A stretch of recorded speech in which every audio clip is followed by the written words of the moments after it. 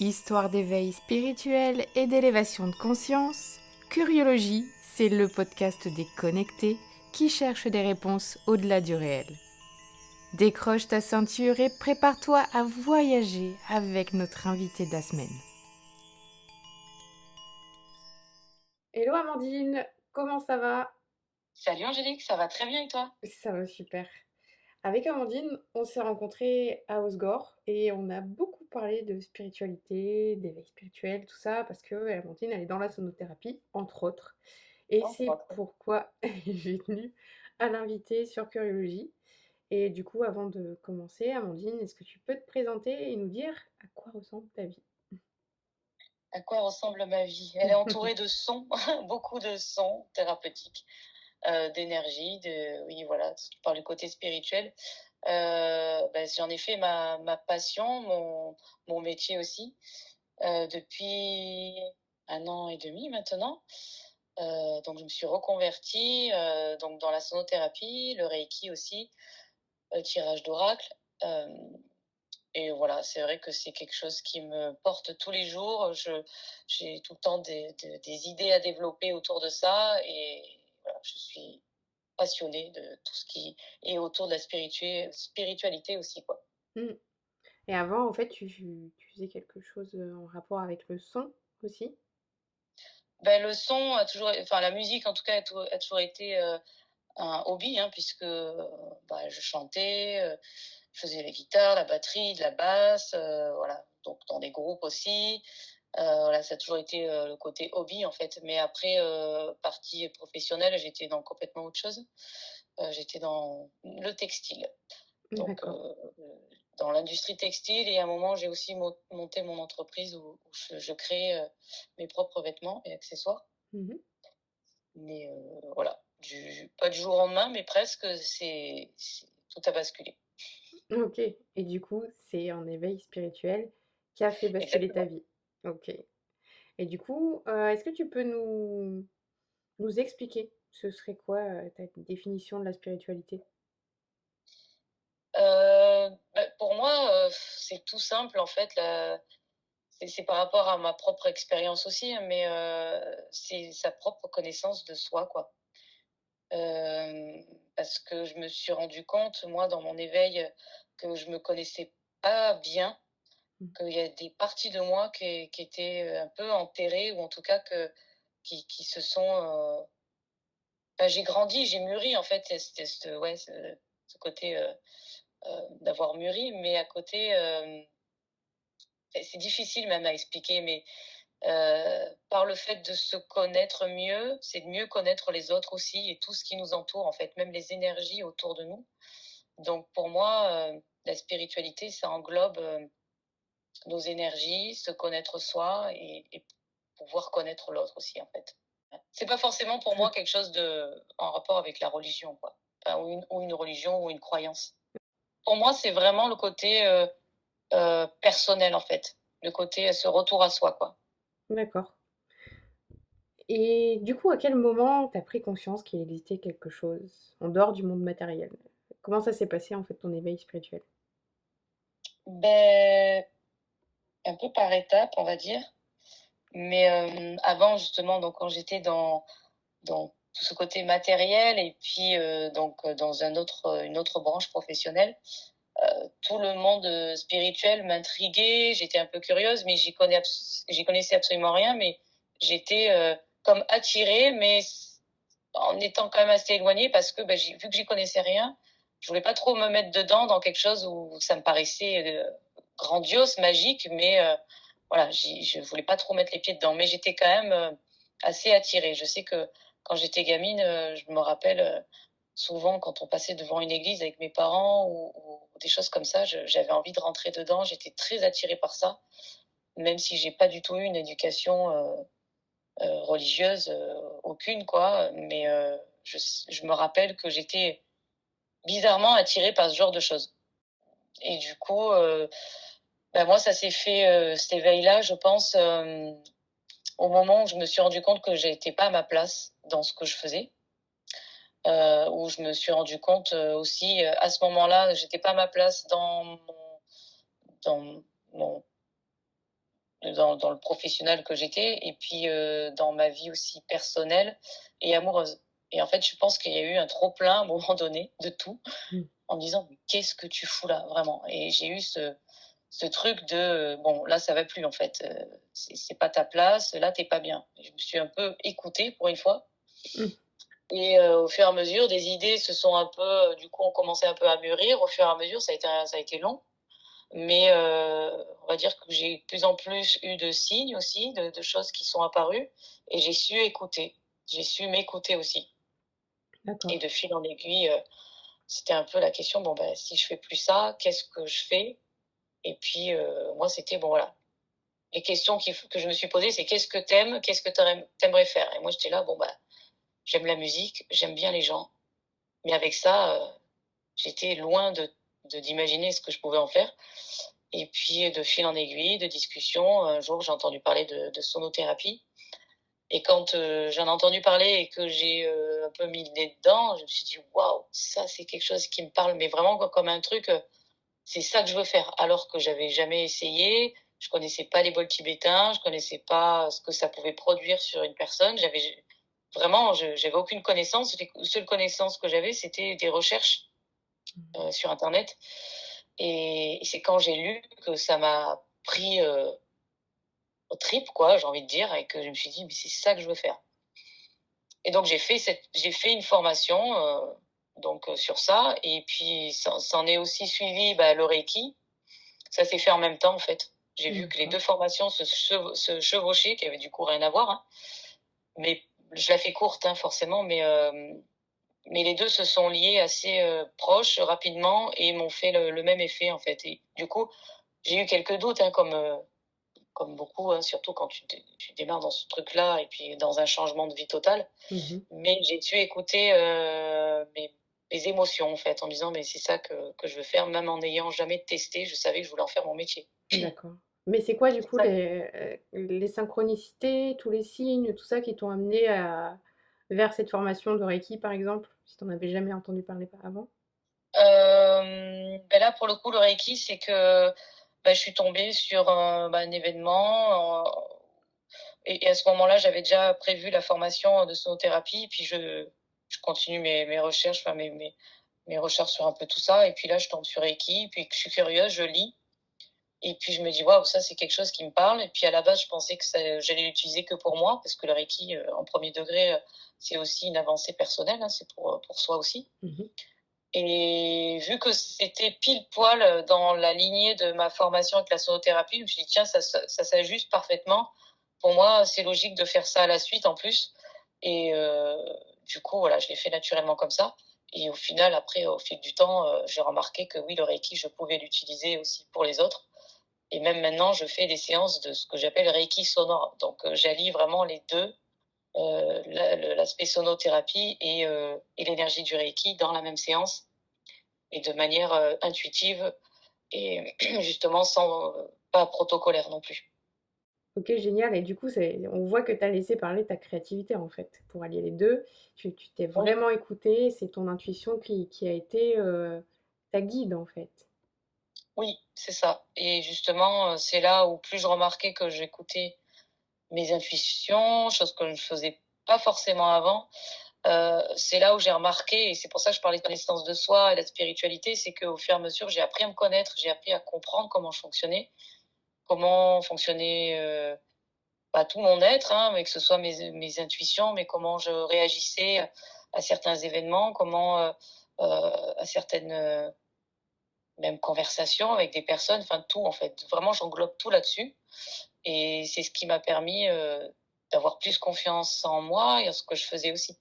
D'accord. Mais tout ça, c'est vrai que bah, cet éveil spirituel s'est fait au moment où j'ai changé de vie pro, en fait, et qui, ben, en plus, était on va dire, la sonothérapie, c'est un rapport avec les énergies, donc voilà, on peut dire que c'est dans le monde spirituel aussi, hein. Mmh. Donc tout s'est fait en même temps, et à la fois, quand je me suis lancée là-dedans, le temps que ça se mette en place, et tout ça, il y a eu la période de confinement, heu et en fait, moi, ça m'a beaucoup aidée parce que, d'une part, mon chômage s'est prolongé en plus le temps que du Covid, donc c'est tombé pile poil parce que en fin de droit, ils ont prolongé le chômage de ces personnes-là Mmh. qui étaient en fond. Donc moi, ça m'a permis de développer le truc, de réfléchir beaucoup, ça a été ça mon guide aussi, en fait, mon signe pour moi de dire, voilà, c'est juste, ça se fait dans le bon ordre et de la bonne manière, c'est que j'ai besoin de temps pour Mmh. moi, déjà de me guérir de certaines blessures, de mûrir les choses, d'apprendre un peu plus sur la spiritualité avant d'aller soigner les autres. Ouais. Et au moment où justement j'étais prête, on est sorti du confinement, il y a des choses qui se sont passées et tout s'est en, tout s'est cheminé correctement en fluidité, quoi. Mmh. Et à quel moment tu t'es rendu compte que tu arrivais à soigner des gens, que tu arrivais à les rendre bien grâce à ta sonothérapie aussi, Bah, par, tout simplement les expériences, que j'ai faites réellement avec eux, hein, directement. Après je savais les bénéfices qu'avaient les sons, tout ça parce que, bah, j'ai fait une formation et que je me suis beaucoup renseignée et que même moi, en ayant utilisé les instruments. Ouais, tu le sentais Mais sur toi aussi, c'est ça? comment? Tu sentais ça sur toi aussi, les bénéfices? Oui, oui, oui, aussi, mais aussi par, ce que j'en apprenais. Mais, après ça a été beaucoup, bah, le retour des gens au Mmh. fur et à mesure qui me enfin justifiait, oui, qui confirmait ce que je savais, mais c'est vrai qu'on a toujours besoin d'être rassuré finalement. Et plus j'avais des confirmations, plus j'avais du coup confiance aussi. Mmh. Et forcément, c'est ça qui m'a porté de plus en plus, c'est de voir vers où je pouvais emmener les personnes, de me dire waouh, ben, c'est ça qui me porte. Mais de toute façon, c'était le fil conducteur de qu'est-ce que j'aime faire quand je voulais changer de vie professionnelle, être dans la musique, ou en tout cas le son, et faire du bien aux gens. Et là, je voyais que je pouvais allier les deux Mmh. en me faisant plaisir, en jouant avec le son et côté énergie, et de voir ce que ça leur procurait. Moi, c'est ce qui me portait le plus, c'était de voir que le bien que je pouvais donner aux autres, ce que cela rapportait, moi j'étais comblée, quoi. Donc c'est ça qui m'a motivée encore plus aussi. Mmh. Et du coup, la sonothérapie, qu'est-ce que ça peut apporter en fait aux personnes? C'est quoi les expériences les plus folles que qu'on a pu te raconter, après tes séances? C'est vrai que c'est très personnel, il peut se passer plein de choses, hein. Alors après, la sonothérapie en général, c'est beaucoup de choses. Moi, pour aller en précision, pour qu'on comprenne mieux, donc je fais des voyages sonores, donc avec plein d'instruments intuitifs, dont des bols tibétains, mais avec aussi d'autres instruments, que ce soit de la lyre, tank drum, la shruti box, où je chante aussi avec, le tambour chamanique. Euh, donc dans ces voyages sonores, là, donc je parle de ça en particulier parce que la sonothérapie, il y aurait plein de choses à dire et il y a plein de choses différentes à faire. Mais en tout cas, dans ce cadre-là, c'est que par le biais des sons et des vibrations, ça fait voyager la personne, donc tout voyage sonore, à l'intérieur d'elle. Et donc, que ce soit dans certains sons peuvent donner des prises de conscience par rapport à un son qui va éveiller un éveil. Alors des fois ça s'explique, des fois non, des fois c'est parce que ça peut être un souvenir d'enfance qui se réveille, de dire ah oui tiens ben, telle blessure se réveille et du coup qu'est-ce qu'on a à en faire aujourd'hui, parce que si ça s'est réveillé à ce moment-là, c'est pas pour rien. Et généralement, c'est ce que je remarque aussi, Mmh. c'est que c'est très agréable, hein, mais peut y avoir des moments douloureux, justement, émotionnellement durs, parce que les sons peuvent réveiller des choses enfouies, des choses qu'on ne veut pas voir en règle générale ou que le conscient a voulu, voilà, complètement cacher. Le son a la capacité de réveiller des choses, des fois, voilà, Mmh. qui sont pas agréables, mais qui sont là justement pour que ce soit réglé, enfin que ce soit pris en compte en tout cas pour la personne, là à l'instant T, dans ce moment où elle a choisi de faire un soin comme ça, c'est qu'elle est prête à recevoir les messages et, et, et, et aller après voilà, faire son auto-guérison là-dessus, hein, parce que c'est comme un peu un soin Reiki, hein, c'est je donne de l'aide, je donne quelque chose, un son, un soin, et puis après la personne, elle en fait ce qu'elle veut. C'est-à-dire que si elle Mmh. est prête à accepter ce qu'elle a envie de vivre, elle en fait après, elle, son propre travail derrière. Mmh. Si elle a décidé que ça faisait trop peur pour le moment, elle va pas tout voir, ou en tout cas, elle va pas accepter. Mais Oui. généralement, quand on est curieux de ce genre de choses, c'est qu'on est prêt et que du coup on accepte les messages. Et puis il y a des personnes qui sont déjà très connectées, qui elles vont voyager beaucoup plus facilement, même carrément dans des vies antérieures ou dans des choses beaucoup plus loufoques et avoir d'autres messages. C'est vraiment aléatoire. Mais j'ai l'exemple d'une personne, et là c'est vrai que c'était assez dingue, c'est que elle, pour le coup, dans son voyage, parce qu'à la fin, il y a toujours un échange aussi de ce qui s'est passé. Bah, tiens, je me suis vue faire telle ou telle chose, ou je me suis souvenue de quelque chose, du coup, ça m'a donné telle émotion. Donc après, on discute pour dire, voilà, pourquoi ça t'a donné cette émotion, qu'est-ce qu'on en fait aujourd'hui. Donc voilà, c'est du cas par cas, c'est un peu difficile à expliquer comme ça, produire, mais là, pour l'exemple de cette personne, c'était, ah ben moi, je me suis vue danser. Parce que c'est vrai que j'adore danser et elle me dit: «Mais qu'est-ce que j'étais bien!» Et donc elle me raconte son truc, je la voyais ses yeux, s'illuminer et par le fil de discussion, je lui dis: «Bon, ben, voilà, qu'est-ce que la danse t'apporte? Qu'est-ce que, un rapport avec ça?» Donc juste un échange entre elle et moi. Mmh. Elle m'explique ce qu'elle a vécu et de sa manière donc comment elle dansait dans ce voyage et moi quelques temps avant, j'avais fait la découverte de l'ecstatic dance. Mmh. Du coup, je lui en parle, simplement parce que tout de suite, ça m'a fait un flash. Je me suis dit: «Bah, tiens, bah, est-ce que tu connais ça?» Et elle me dit: «Bah, non, je connais pas» et je lui en fais la description. Je lui explique, où j'ai fait le truc et tout de suite, ça lui a il y a quelque chose qu'elle a senti en elle, en fait. Comme moi, quand j'ai senti, quand j'ai vu le terme sonothérapie et quand j'en ai vu les descriptions, j'ai tout de suite senti que c'était ça. Mmh. Elle, j'ai senti qu'il y avait quelque chose qui se passait et là, elle m'a dit: «Mais tu m'as donné une info là de malade là, parce que ce que tu m'en décris, c'est complètement ouf. C'est exactement ce que je faisais dans mon rêve et puis c'est ce qui me porte et puis ce que tu m'en décris, beh, j'ai envie de faire ça» Mmh. et puis après je suis restée en contact avec elle. Elle m'a donné des nouvelles d'elle-même et puis elle m'a dit: «Mais là, tu te rends pas compte, à que ce que tu m'as apporté puisque, bah, voilà, je vais faire une formation dans ça. C'est ce que je veux faire maintenant, c'est exactement ce qui me fait vibrer».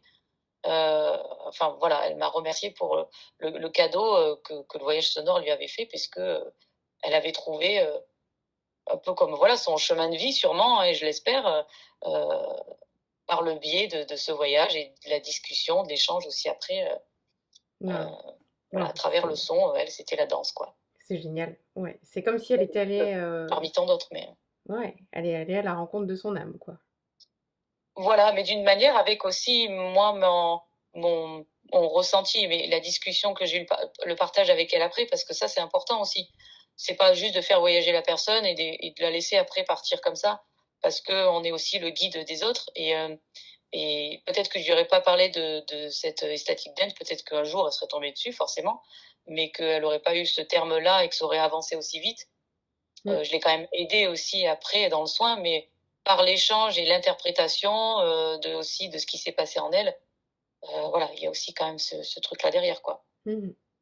Génial. Moi, je me souviens d'une séance de sonothérapie que j'avais fait avec toi et j'avais juste eu une vision et voilà, c'était une belle vision de moi, dans une certaine jungle et j'ai compris, 1 mois après, la signification de ça, pendant une retraite spirituelle à Ibiza et c'est dingue d'après, comprendre les choses, les messages de son âme. J'avais compris Mmh. à moitié, mais ça s'est confirmé 1 mois après et c'était comme une renaissance en fait, ce message, et c'était une belle vision quoi et c'est vrai que les voyages, ils sont un petit peu différents pour tout enfin, ils sont complètement différents Oui, pour tout le monde. Cette fois-là, j'étais tu te souviens avec Valérie Karchi mmh, oui, que vous avez peut-être écouté dans le premier épisode de Curiologie et exactement. elle avait fait un beau voyage dans des mondes parallèles, quoi. Dans elle était partie dans Et ouais, l'astral carrément, quoi. Donc c'est quand même incroyable. Ça dépend aussi du taux d'ouverture qu'on a, oui, mais ça peut peut-être contribuer à ouvrir, en fait, un certain champ qui est pas encore ouvert, en tout cas. c'est ça, mais comme tu dis aussi, c'est que des fois, en fait, oui, les images ou les sensations qui sont produites, des fois, pas tout de suite, il y a le message, comme tu dis, ça peut venir après, mais parce que tout se cristallise en nous, hein, les émotions, les choses qu'on vit et forcément le son, heu les voyages sonores et les choses qu'on a vécues restent présentes, même si des fois les messages sont pas tout à fait clairs sur le moment. Mmh. Vu qu'ils se sont quand même cristallisés, qu'il y a quand même voilà des souvenirs qui sont, enfin, ça reste en mémoire tout ça. Ben, le jour où ça doit s'ouvrir, où effectivement il y a une compréhension qui doit se faire au bon moment, elle va se faire. Mmh. Mais voilà, il y a eu on va dire la clé qui est rentrée dans la serrure, et puis le jour où doit s'ouvrir parce qu'on est prêt à tourner, ben voilà, c'est fait quoi. Mais la J'adore. clé est déjà, voilà, été mise quoi. J'adore la clé qui rentre dans la serrure. Ouais, c'est même venu comme je suis pleine de métaphores là, des fois. Alors des fois elles sont un peu loufoques, mais bon ça, je pense que Et du coup, peut-être avec le Reiki, tu as peut-être aussi des expériences comme ça à nous raconter, que tu as vécues? Est-ce que tu as eu des grosses prises de conscience, des choses qui se sont passées qui ont été assez incroyables, pendant ces séances ou que tu donnais ou que tu recevais aussi? oui, oui, le Reiki aussi, c'est un peu similaire des fois sur les retours d'expérience. Ben, c'est un soin énergétique, hein, finalement, un soin au son, hein, de toute façon, de toute manière. Mmh. Le Reiki, bon, il y a quand même voilà des similitudes, mais des choses différentes quand même. Sur les retours d'expérience, oui, il y a des choses quand même assez puissantes qui se passent, hein, sur le moment même, et puis surtout après. Mmh. Mais c'est vrai que le Reiki, pour le coup, généralement, bon, on revoit aussi la personne en plusieurs fois. Mmh. Un voyage sonore, quand c'est en collectif, par exemple, comme c'est souvent quand on veut être curieux juste de découvrir ça, on vient une fois, on fait son expérience, et puis on repart, on revoit pas forcément le voyage sonore, ou un mois ou 2 mois après. Du coup, il n'y a pas vraiment un suivi. Mmh. Alors qu'avec le Reiki, généralement, bon, quand on vient pour un soin Reiki, comme moi je le dis aux personnes, c'est pas de la magie. Donc quand on vient pour quelque chose, parce que là, on a un sujet en particulier à traiter, Par euh, exemple? Pourquoi on vient, faire un soin Reiki, par exemple? ça peut être pour diverses choses, justement, bah, le fait que des personnes en dépression, ou qui en tout cas ne savent plus où aller, qui ont des gros doutes sur leur vie en général, qui veulent changer de vie mais qui sont perdus, des personnes qui ont des problèmes d'angoisse, mais du coup sûrement voilà liés à des choses émotionnelles très fortes. Mmh. Euh, ça peut être vraiment plein de choses. Là, j'ai pas vraiment d'exemples comme ça parce qu'il y en a tellement en fait que ça dépend du moment de vie aussi de la personne. D'accord. C'est plutôt de l'ordre, psychologique que santé? Que des problèmes de santé? Alors, ben, émotionnel surtout. Après, des fois pour des douleurs physiques aussi. Surtout que c'est, les douleurs physiques sont souvent liées Ouais. à l'émotionnel, hein, forcément. Mmh. Donc on vient traiter les deux. Euh, Mais après, voilà, le Reiki, de toute façon, c'est une énergie qui va en priorité là où elle doit aller. Donc, des fois, des personnes, elles viennent pour une chose, puis au final, en fait, ça va traiter quelque chose d'autre en profondeur, et puis pour après aller sur le vrai, la vraie question. Mais c'est vrai que souvent, se met des voiles sur certaines choses, en fait. Et c'est pour ça que ça crée des douleurs physiques. Mmh. C'est parce que bah, le corps réagit pour montrer autre chose. Et du coup, bah, en pensant traiter quelque chose, on va l'en traiter une autre. D'accord. Ouais. Voilà, mais après, c'est vrai que des retours en soins Reiki, j'en ai aussi des pas mal, mais surtout liés à l'émotionnel, des prises de conscience très puissantes au niveau estime de soi aussi. Ça va très loin aussi là-dessus, sur reprendre bah, de la vitalité, un taux vibratoire aussi, l'augmenter. Et du coup, j'ai une personne qui, elle, m'avait dit au bout de la première séance, elle me dit, mais j'ai enfin compris ce que c'était de s'aimer. Mmh. Elle a ressenti pendant la séance, et ça m'a fait ça m'a touchée aussi, hein, parce que cette personne était toute sa vie à penser qu'aux autres, jamais à soi, et en fait, elle s'est rendue compte à ce moment-là ce que c'était de vraiment s'aimer, de prendre soin de soi. C'est beau. Donc c'est quand Mmh. même énorme, parce que Mmh. c'est qu'on pourrait dire qu'il y a une chose indispensable quand même, et qu'elle s'est privée toutes ces années, quoi. Mmh. Donc voilà, ce genre de choses qui peut paraître comme ça, donc pas rien, mais en tout cas, qui en une séance peut se produire, quoi, en tout cas. Mmh. C'est chouette. Mmh. C'est très beau. Moi, ça me met plein d'émotions. Mmh. J'entends ça. Et du coup, le Reiki, toi, ça t'a peut-être fait sentir aussi des énergies. La première fois que tu as ressenti ça, comment ça s'est passé en fait? Tu veux dire le côté spirituel ou en tout cas mon éveil spirituel plutôt, Ouais, par rapport à à toi cette travers fois. à travers tout ça? Ben comme je crois que je te l'avais dit, après on est passé un peu à autre chose. Oui, effectivement, moi ça s'est fait au fur et à mesure. J'ai pas eu, une seule chose qui m'a fait, comment dire, c'est plein de petites choses, plein de on va dire, moi c'est plutôt sur les signes, on va dire. D'accord, les synchronicités quoi. C'est des synchronicités que j'avais peut-être que j'en ai eu avant, mais je les avais pas remarquées. Mais en tout cas, quand j'ai vu que je commençais à en avoir, Mmh. là, je me suis dit: «Ouais, quand même, là, il y a un truc, assez, étrange» et de plus en plus après, plein de choses qui se sont enchaînées. Mais en tout cas, une synchronicité, moi, qui m'a vraiment, marquée, bouleversée et que là, je me suis dit: «OK, là, il y a quelque chose et tu dans le juste» en plus de ça. Mmh. C'est que, bon, l'exemple typique, voilà, j'étais à un bar, avec des amis et à ce moment-là, j'avais fait ma formation, mais je doutais encore un petit peu de est-ce que j'avais fait le bon choix. Enfin, même si je le savais, tu as quand même ton ego, hein, qui est là pour te dire Oui. attention, tu as pris un risque ou enfin bon, voilà, toujours des petites choses qui se passent dans son cerveau. Euh, donc j'étais un peu sur ce mode de questionnement, de me dire bon, qu'est-ce qui se passe? Est-ce que j'ai fait le bon choix? Donc voilà, vraiment plein de questions qui se passaient dans ma tête. Mmh. Et puis donc j'étais à ce bar avec des amis, et puis à un moment donné, enfin c'était un des amis qui était serveur et qu'on l'attendait pour aller dans un autre bar. Et puis je le voyais qu'il était avec des bouquins de manga dans la main. Et puis moi, je suis pas du tout attirée par ce genre de bouquins, mais à ce moment-là, je le vois avec et je me dis ah bah tiens, fais voir pour les ouvrir. Alors qu'habituellement je l'aurais jamais fait, mais là il a fallu que je me retrouve avec ces trucs de manga dans les mains et puis j'ouvre et puis dedans je vois des cartes d'oracle. C'est l'oracle des anges que j'ai acheté par la suite d'ailleurs. Mmh. Et il y en avait 4 dedans qui servaient de marque-page. Parce que je savais très bien que mon ami, lui, n'était pas du tout. Enfin, c'était pas ses cartes à lui. On lui avait prêté ce bouquin. Et je savais très bien que celui qui avait prêté le bouquin, c'était pas lui non plus. Je sais Mmh. pas à qui il était, ces cartes, mais en tout cas, il les avait trouvées je ne sais où. Et puis, il s'en est servi comme marque-page, quoi. OK. Et là, les messages de ces cartes, les 4. Parce que, comme après le jeu, je l'ai acheté. Et puis, j'ai bien vu qu'il y avait d'autres messages. Et c'est des messages, tu sais, où tu as une image avec un dessin, un mot ou une phrase et en dessous un texte. Mmh. Donc c'est pas juste une photo ou juste un mot. Et je tombe sur vraiment des messages qui m'ont fait, ce qui était impressionnant parce que ça concernait toutes mes questions. Donc j'avais, alors je sais plus, c'est pas l'entrepreneur, mais un truc comme ça en tout cas. Mmh. Une question d'être à son compte, voilà, D'accord. de s'écouter, d'aller dans le truc comme ça. Après, il y avait la question de but dans la vie.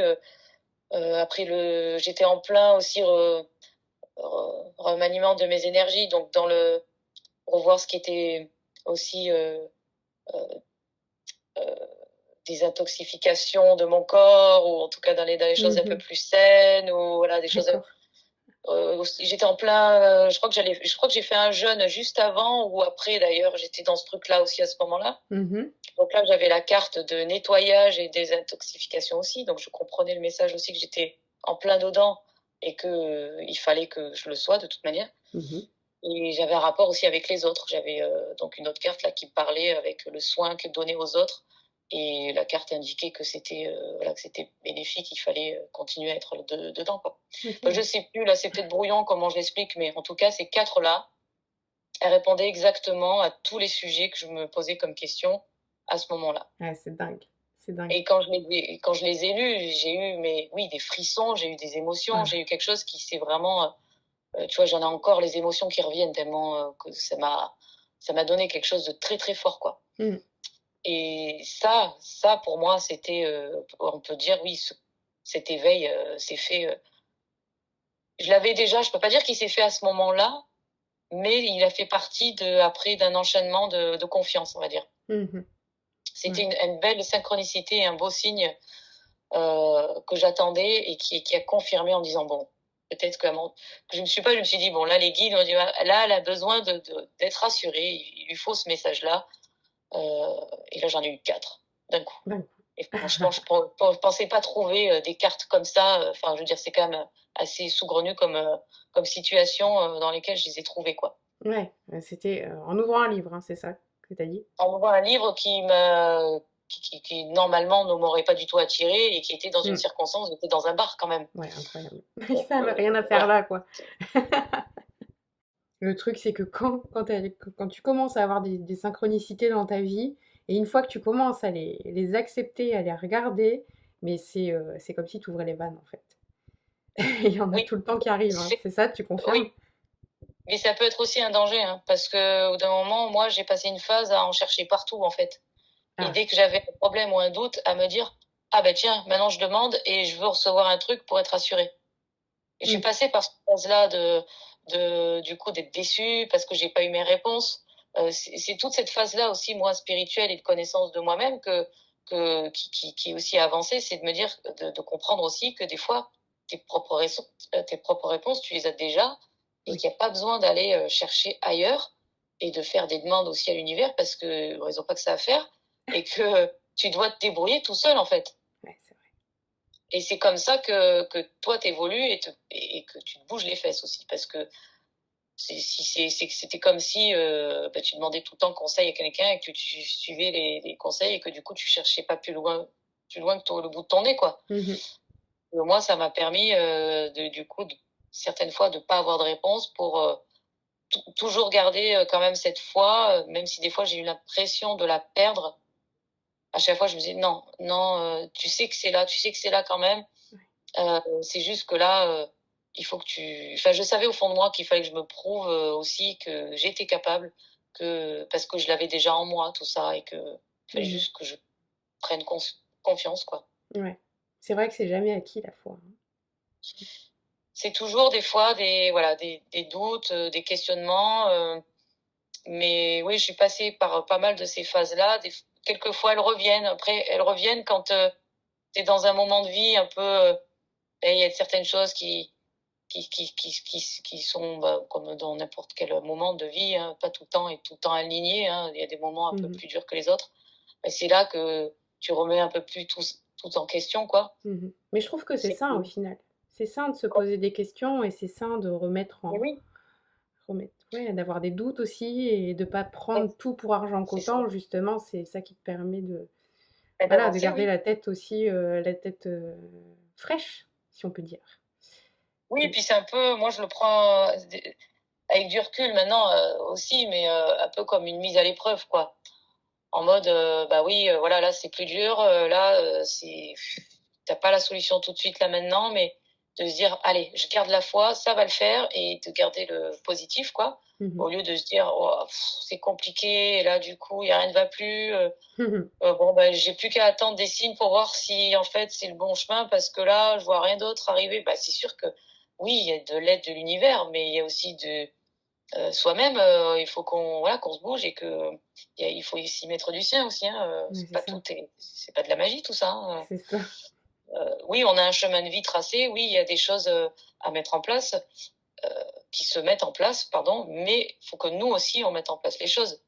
Il y a personne d'autre qui peut le faire à notre place. Ça, c'est certain. Et voilà. Moi, je pense qu'on a plusieurs futurs possibles, hein, et que selon ce qu'on choisit, selon, nos envies, du moment ou quoi, bah, ça change nos nos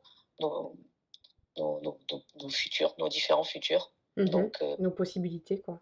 nos possibilités, plusieurs possibilités s'offrent à nous. On est libre, on a du libre arbitre.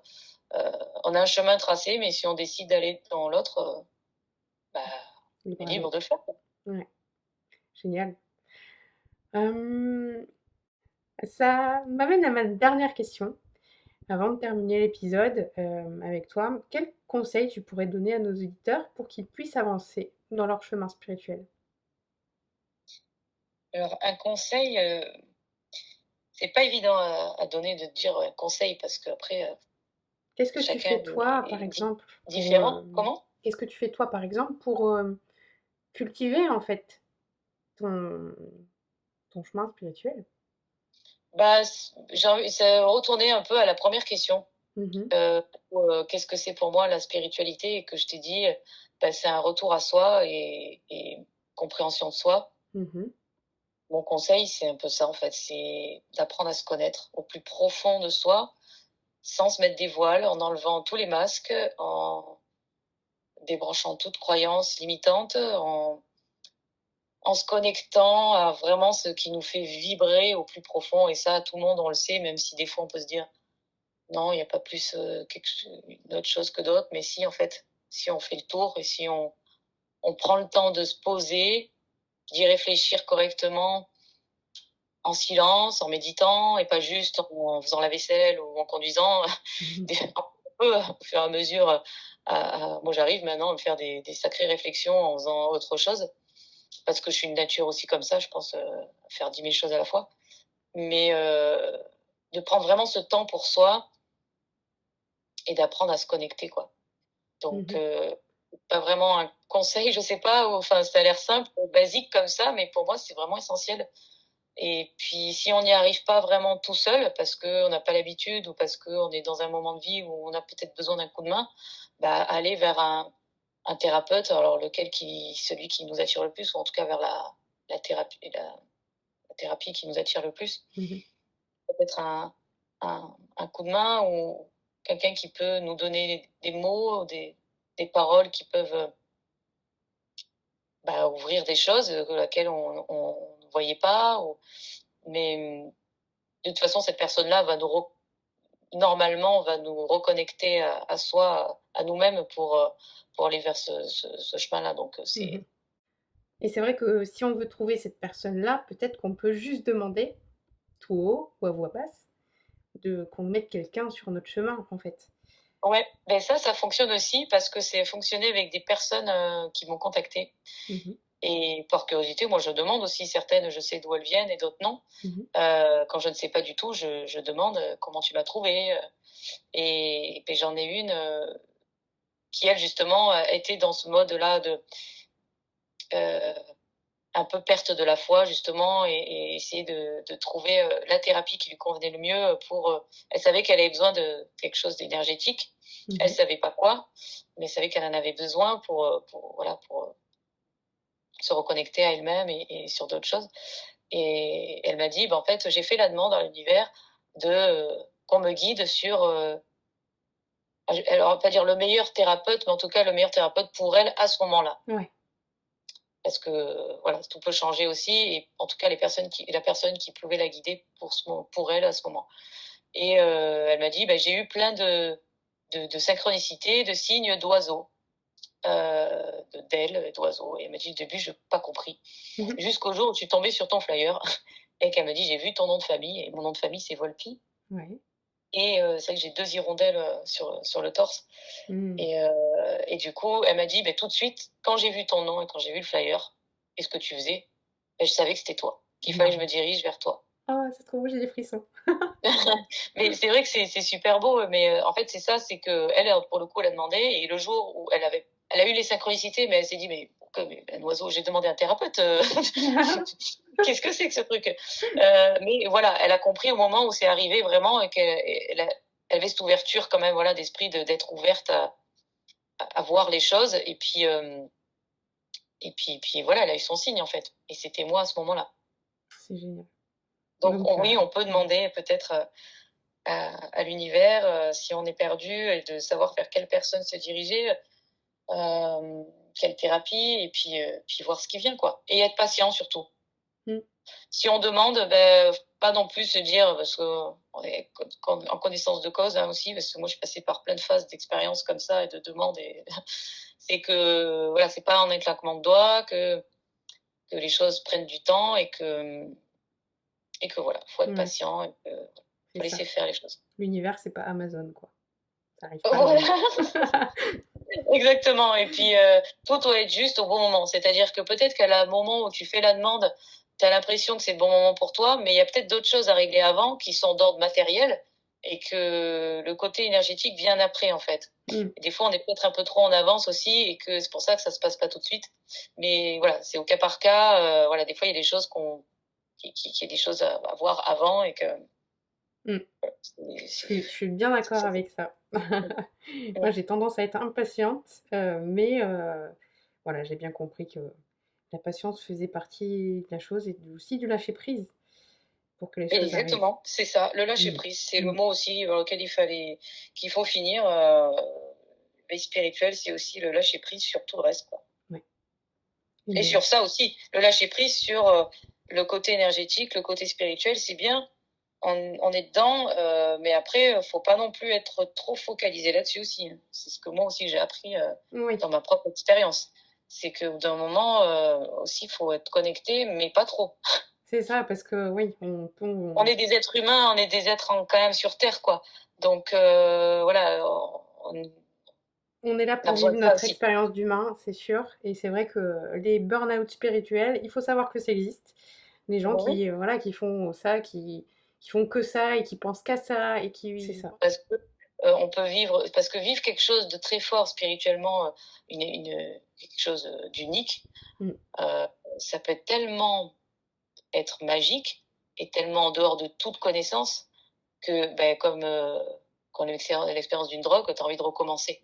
Ouais, c'est Et ça. du coup, tu as des personnes qui, du coup, vont chercher à tout prix à revivre ça. Et vu que c'est très rare de vivre 2 fois la même chose, et sinon, ce serait. C'est pas possible. C'est pas possible de vivre dans un monde que spirituel. Mhm.